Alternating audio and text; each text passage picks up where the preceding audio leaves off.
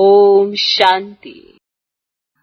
बच्चों को सिर्फ एक की याद में नहीं बैठना है, 3 की याद में बैठना है। भले एक ही है, परंतु तुम जानते हो बाप भी है, शिक्षक भी है, सतगुरु भी है। क्योंकि अगर आपको शिक्षक याद ही नहीं रहेगा तो वो क्या पढ़ाने आए हैं, आप क्या सुनोगे। तो स्वरूप तो याद रहना चाहिए ना कि वो शिक्षक है, और उनकी डायरेक्शन पर चलना है तो ये भी याद रहना चाहिए कि वो सतगुरु है। बाप, शिक्षक, सतगुरु है, तीनों रूपों से याद करो।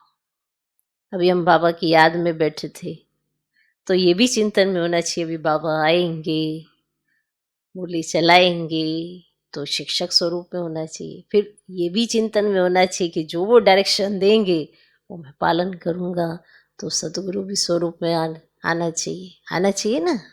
इसीलिए कभी कभी बाबा कहते हैं 1 की याद में बैठो, कभी कहते 3 की याद में, कहीं मूंझ जाते हैं। बाबा ऐसा कहते, बाबा ऐसा कहते। बाबा बैलेंस सिखाता है, हम मूंझ जाते हैं क्योंकि हमें बैलेंस आता नहीं है। हर बात में जब बैलेंस आ जाता है तो कुछ भी ऊपर नीचे नहीं लगता, हर बात सहज स्वीकार होने लगती है।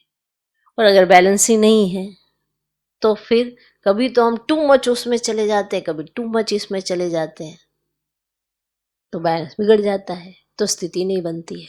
बैलेंस चाहिए ना। कभी बाबा कहते हैं इनकी तरफ ना देखो, कभी कहते हैं देखो ही नहीं। अब एक ही बात में ऐसा कहता है कि, लेकिन अगर आपने बाबा को समझ लिया ना तो उनकी हर बात समझ में आएगी। क्योंकि सब तरह के बच्चे हैं।